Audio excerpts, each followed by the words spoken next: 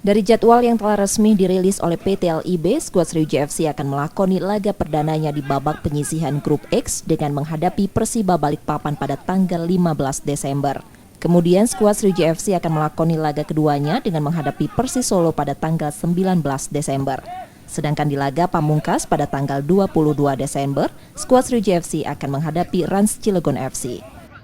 Meski mampu tampil apik di babak penyisihan grup beberapa waktu yang lalu, manajemen Sriwijaya FC meminta anak asuh Neil Maizar untuk tidak tampil jumawa pada babak 8 besar ini. Pasalnya 3 kontestan lain di grup X ini juga memiliki kekuatan yang merata.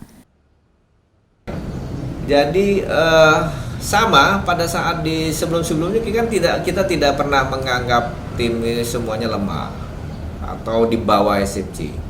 Jadi pasti SFC itu kita kondisikan untuk bertarung sekuat tenaga siapapun yang dihadapi di 8 besar ini. Nah, secara strategi pelatih sudah mempersiapkan itu. Ketiga laga Sriwijaya FC pada babak 8 besar Grup X akan berlangsung di Stadion Pakansari Bogor dan Stadion Wibawa Mukti Bekasi.